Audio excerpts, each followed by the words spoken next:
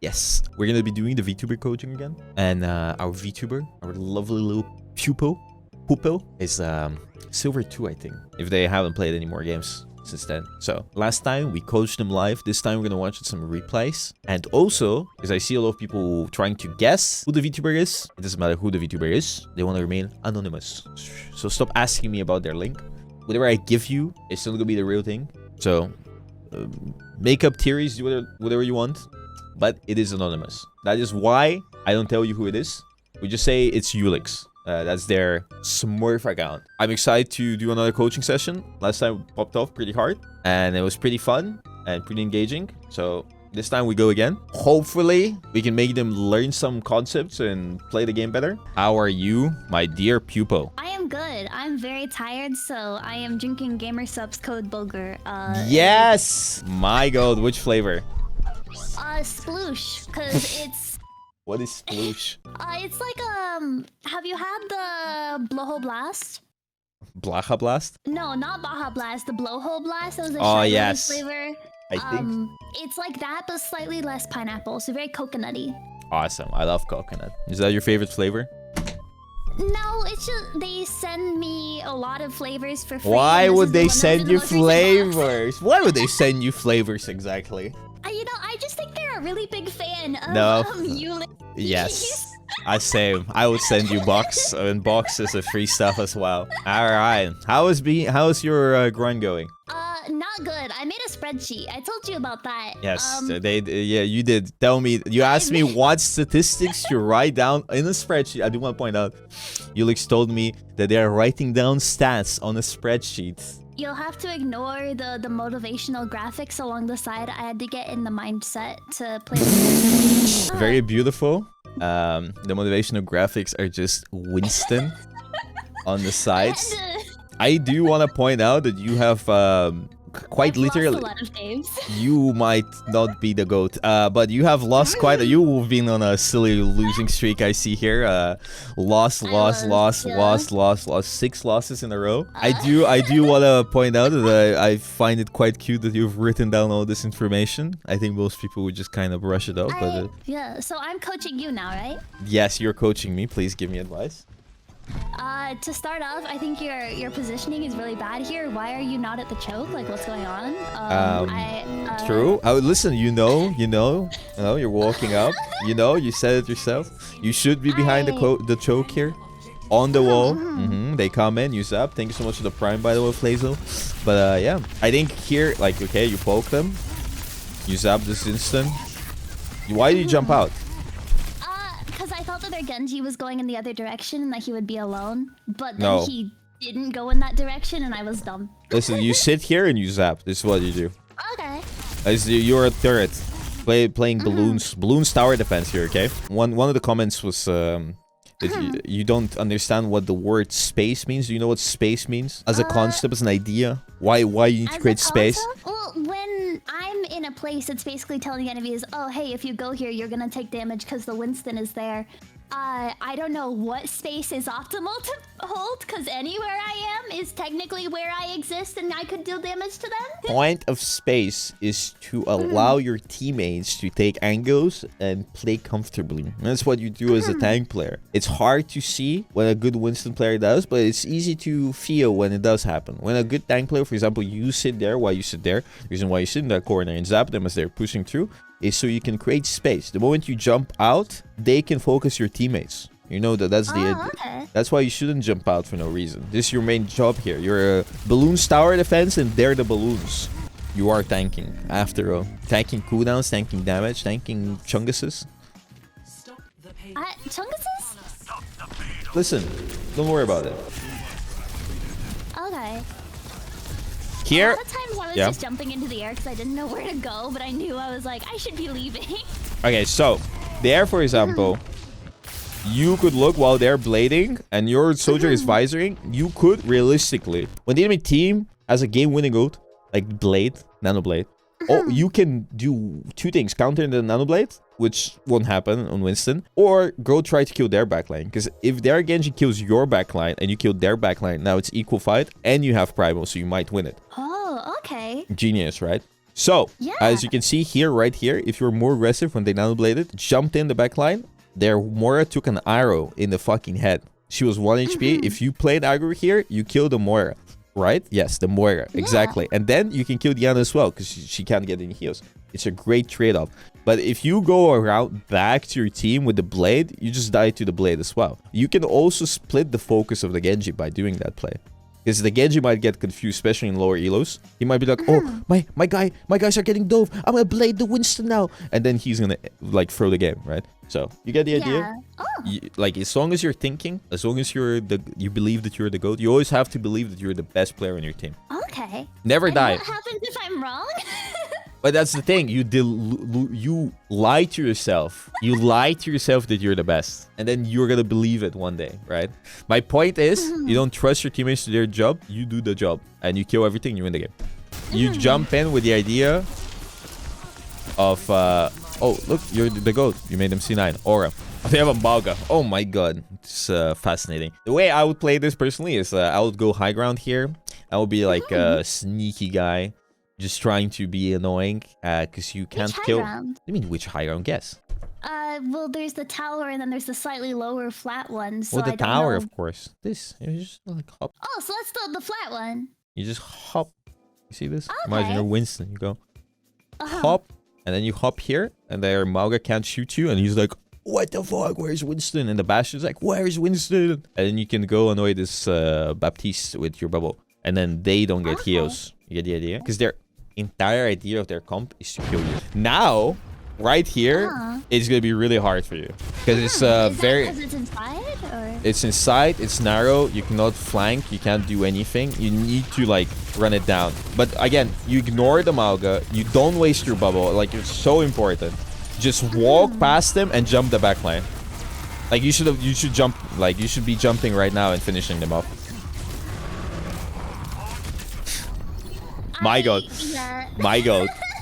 You need to stop primaling with your full HP, by the way. Like, there's no reason for you to primal there. Lockdown. Are you sure you win this? I'm pretty sure we win this game. I don't know which code you got. We might not win this game. I think you might have lied to me. I don't know which code you copied first. I sent you the win codes and the lose codes. I know. That's why I was like suspicious when you said we won this game. Listen, wait, that was... Oh, yeah, that was like why I lost that. You lost this game because of yourself. You lost this. You're getting bullied here. No, it's not bullying if you're right. Like, if you just jump here, you win the game. Jump, jump, jump, jump, jump, jump, jump, jump, jump, jump, jump, jump, jump. Not jumping. You have bubble soon. Not jumping. They're not jumping. You're not jumping. And you just lost. Like, because all of your threats are gone. Their Mauga is gone. They have no Bastion. It's just an easy win. You win the game. Like, straight up. If you just go in, take control of the situation. You need to be on top of things. You can't let them breathe. Mauga dies, instantly jump in. The more time you waste, the more time you give them to farm ults, to get cooldowns, to do anything. You have your HP, you have your bubble. Even without bubble there, because you have primal, you just win the game. When you're talking about the opportunity of all my threats are gone and I can just be opportunistic, is that because the Mauga's looking away, or like how do you... He's dead. Oh yeah, that makes more sense. Look, there's an arrow in his head. Yeah, here you can wait for them to come out. You can zap them a bit. Place bubble, help your team kite back. Like, here, like, the thing is, like, you're scared because they're pushing you. Yeah. So you go back, but like, you take more damage by going back, because if you hug the wall, you just minimize the angles they can shoot you from. But once you move away from the, like, if you sit here and wait for them to come out and zap them, they can shoot you only for a limited amount of angles. Like here, they can't shoot you from behind because they're not behind you, or go from the right side. But once they start surrounding you, instead of kiting back by pressing S, you just jump out. There's no need for you to press S.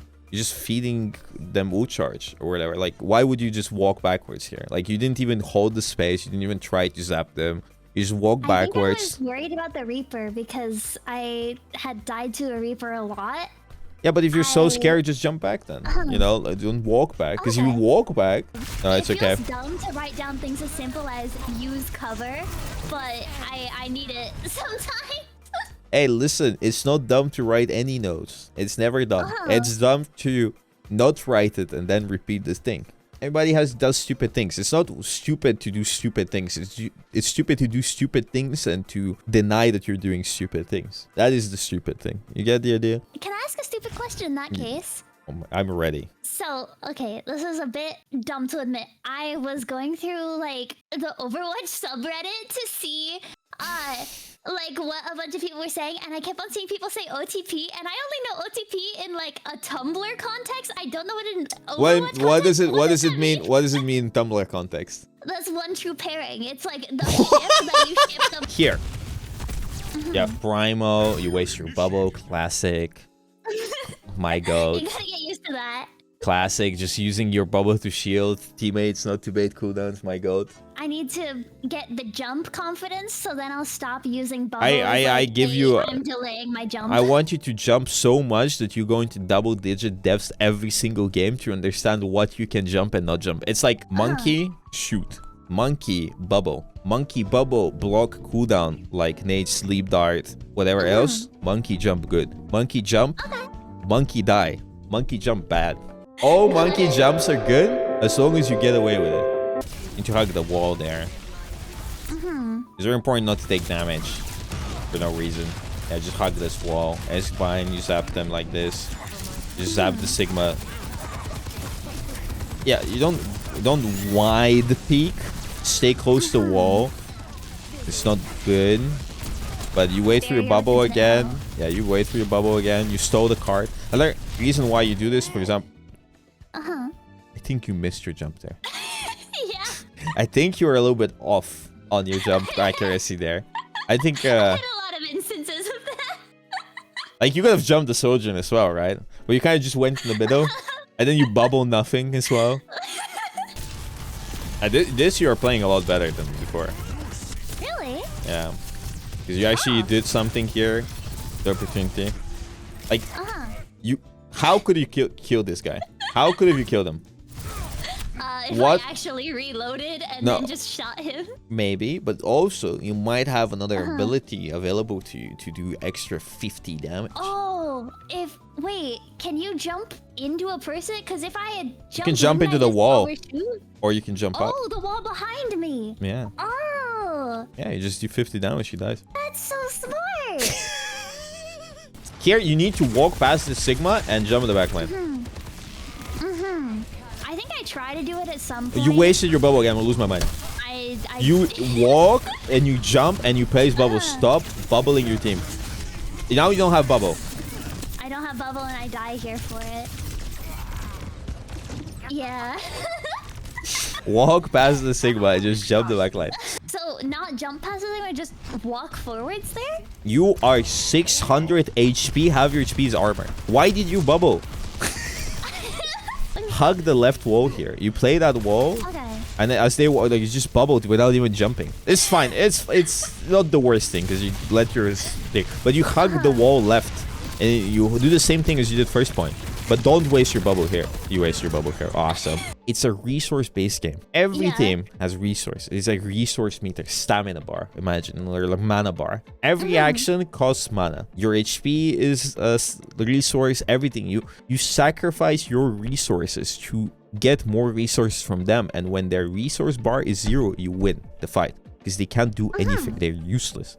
So if they have no HP, they all die. So for example, if you bubble, you need to get something away from them. You are the net negative. You're less resources, more resources spent than they spend. If you just bubble, you start off the fight with less resources. They have more. It just trickles down. It just snowballs. Because now they can push in for free and bait more resources from your team. And by the time your bubble comes back, but once your bubble comes back and you place the bubble, they're already ahead. They can afford to break your bubble, which means you spend more.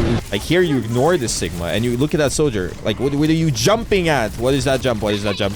What are you jumping at? Who are you jumping? Who are you jumping? You jumped the voice. Soldier, but I jumped towards the ceiling. Here, you should probably play high ground. You can even play their high ground and wait for the Sigma to push in and then drop on the back line. Oh, okay. Like so. For example, if you setups are important, Winston. If you set up here and you wait for their Sigma to push in, because he needs to push in, you could just come out of here and just zap the Mercy.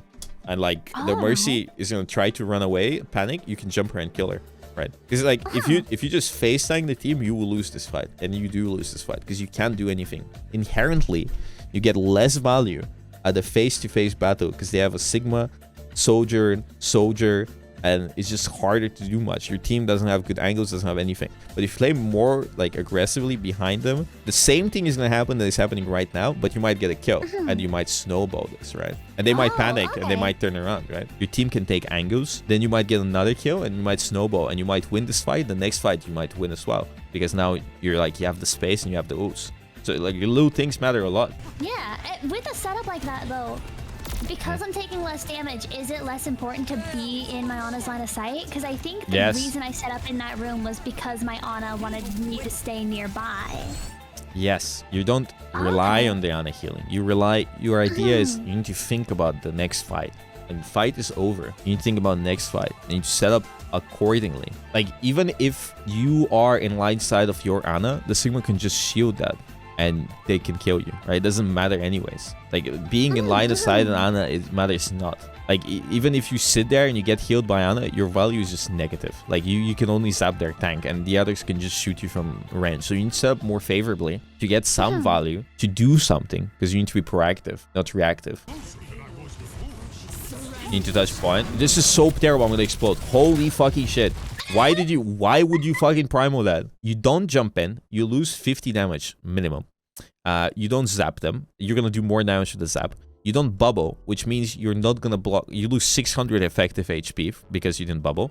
You also didn't primal when you were low HP, so you didn't heal to full, so you lost another like 500 HP, so you lost over 1000 HP right there. You just going in primaling, you're gonna do less damage as well. But like, you're losing value of your ult by primaling early. You need to jump in, you need to place bubble, you need to squeeze out value, force cooldowns. You could have bubbled there. You could have saved somebody from your team. You could have made them panic, made them turn around on you. You'd have zapped somebody, right? And then once you get low, they're going to be so hyper-fixated on you. You could have primoed. And then they're like, fuck, Winston is primaling. But the thing is, again, you win fights because the enemy team makes mistakes. You don't win fights because you play well.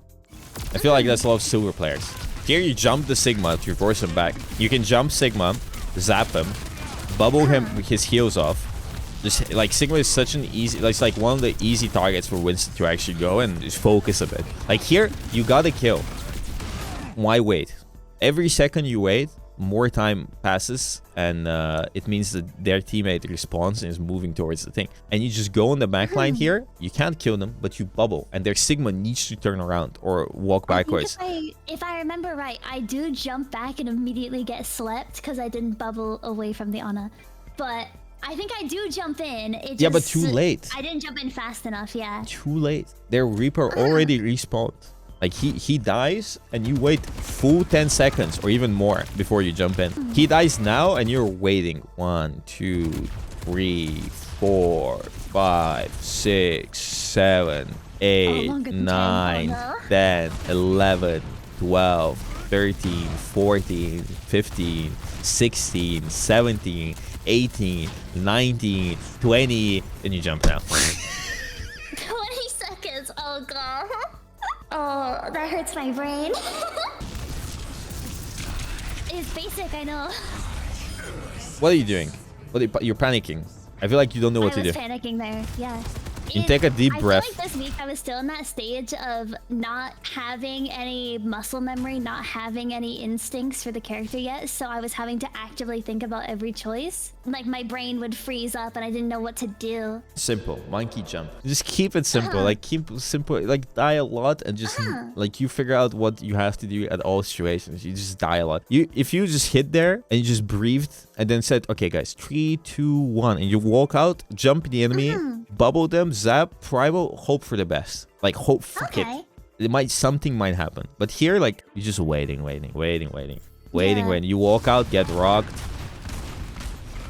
Boom. You're like, I'm gonna jump in. I jumped in. I went in front of my bubble. I'm gonna walk back. I have primal. I'm not gonna. Why wouldn't you push in with the Moira? Your Moira is way ahead of you. Like, look how more aggro you need to be this Moira.